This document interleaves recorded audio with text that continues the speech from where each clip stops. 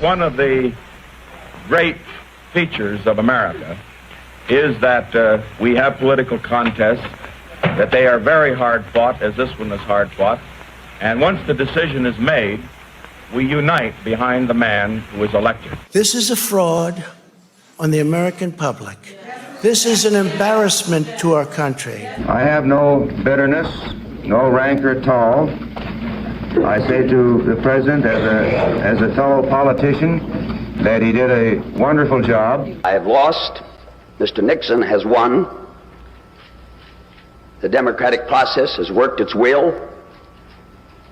So now let's get on with the urgent task of uniting our country. Congratulations on your victory. I hope that in the next 4 years you will lead us to a time of peace abroad and justice at home. You have my full support in such efforts. We'll be going to the U.S. Supreme Court. We want all voting to stop. We don't want them to find any ballots at 4 o'clock in the morning and add them to the list. The president asked me to tell you that he telephoned President-elect Carter a short time ago and congratulated him on his victory. It's a very sad moment. To me, this is a very sad moment, and we will win this, and as far as I'm concerned, we already have won it. The people of the United States have made their choice, and of course I accept that decision. He has won. We are all Americans. He is our president, and we honor him tonight. If you count the illegal votes, they can try to steal the election from us. He will be our president, and we'll work with him.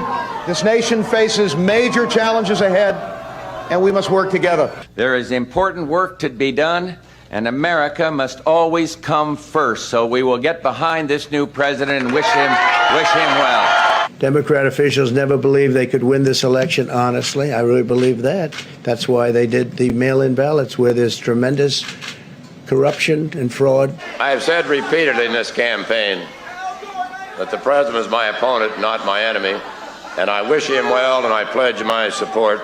This is America. Just as we fight hard when the stakes are high, we close ranks and come together when the contest is done. That was a rigged election, but we're still fighting it, and you'll see what's going to happen. But in an American election, there are no losers, because whether or not our candidates are successful, the next morning we all wake up as Americans. We will never give up. We will never concede. It doesn't happen. You don't concede when there's theft involved. Whatever our differences, we are fellow Americans.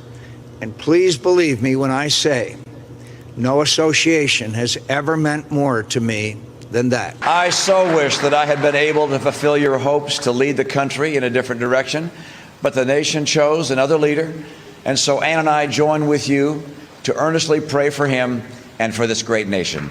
When you catch somebody in a fraud, you're allowed to go by very different rules.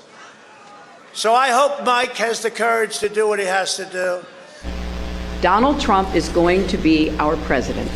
We owe him an open mind and the chance to lead.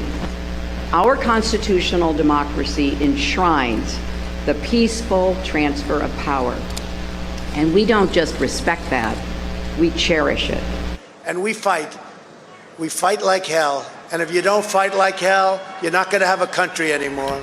You know, we're reminded of what a dark chapter of American history Donald Trump is taking us through still. And we're reminded of that because we see such extraordinary grace, goodness, decency, love of patriotism, country. Love of country from all those other candidates.